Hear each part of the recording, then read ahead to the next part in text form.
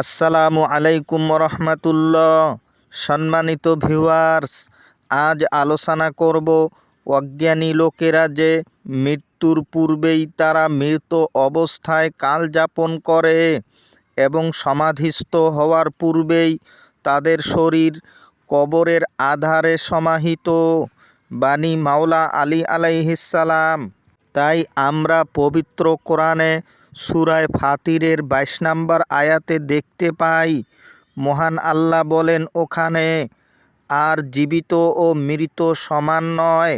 আল্লাহ যাকে খুশি তাকে সত্যের বাণী শ্রবণ করান। যারা কবরে আছে তাদেরকে আপনি শোনাতে সক্ষম নন।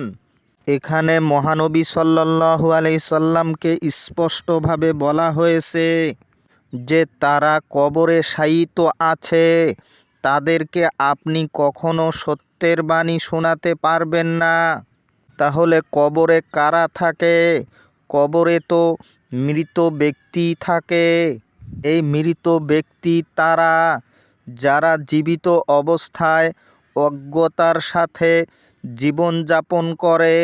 যাদের অন্তরাত্মা মৃত তারাই কেবল মৃত, আর যাদের অন্তরাত্মা আল্লাহর পবিত্র বাণীর সঙ্গে সংযুক্ত থাকে তারাই একমাত্র জীবিত।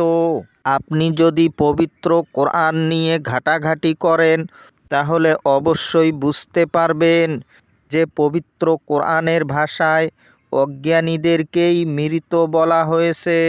হে দরদি, ভিডিওটি যদি ভালো লাগে অন্যকে দেখার সুযোগ করে দিবেন। সবাই ভালো থাকুন, সুস্থ থাকুন। খোদা হাফেজ।